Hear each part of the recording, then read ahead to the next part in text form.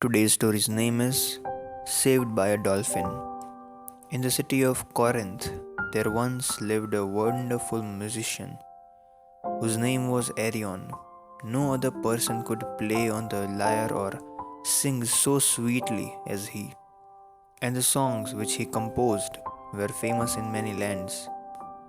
The king of Corinth was his friend.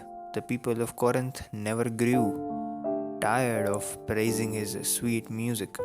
One summer, he went over the sea to Italy, for his name was well known there, and many people wished to hear him sing.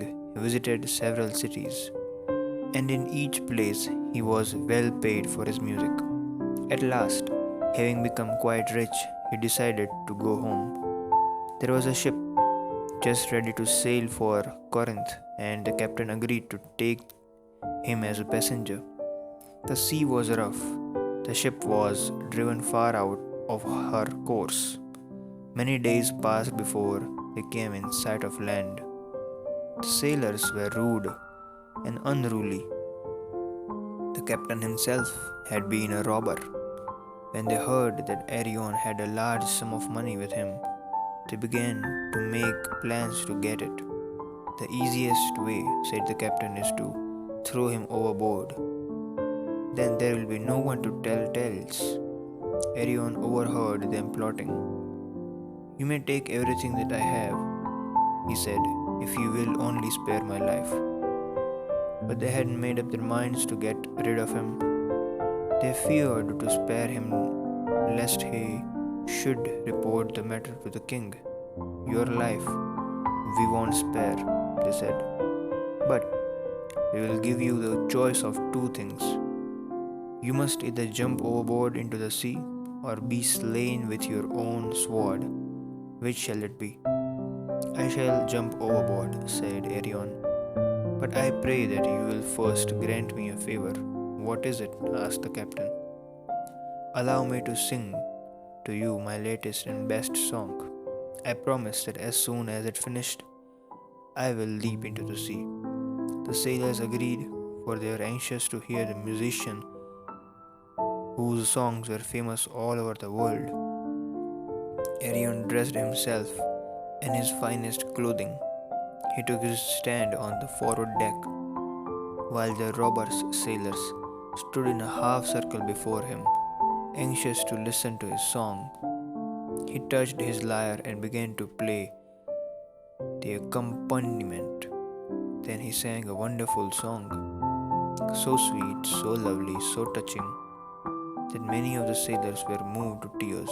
And now they would have spared him, but he was true to his promise. As soon as the song was finished, he threw himself headlong into the sea.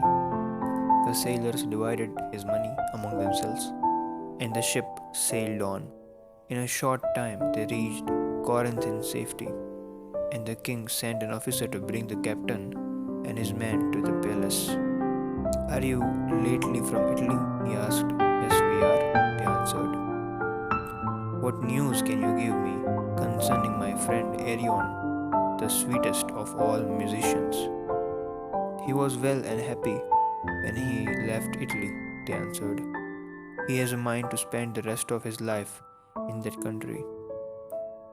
Hardly had they spoken these words when the door opened and Arion himself stood before them. He was dressed just as they had seen him when he jumped into the sea.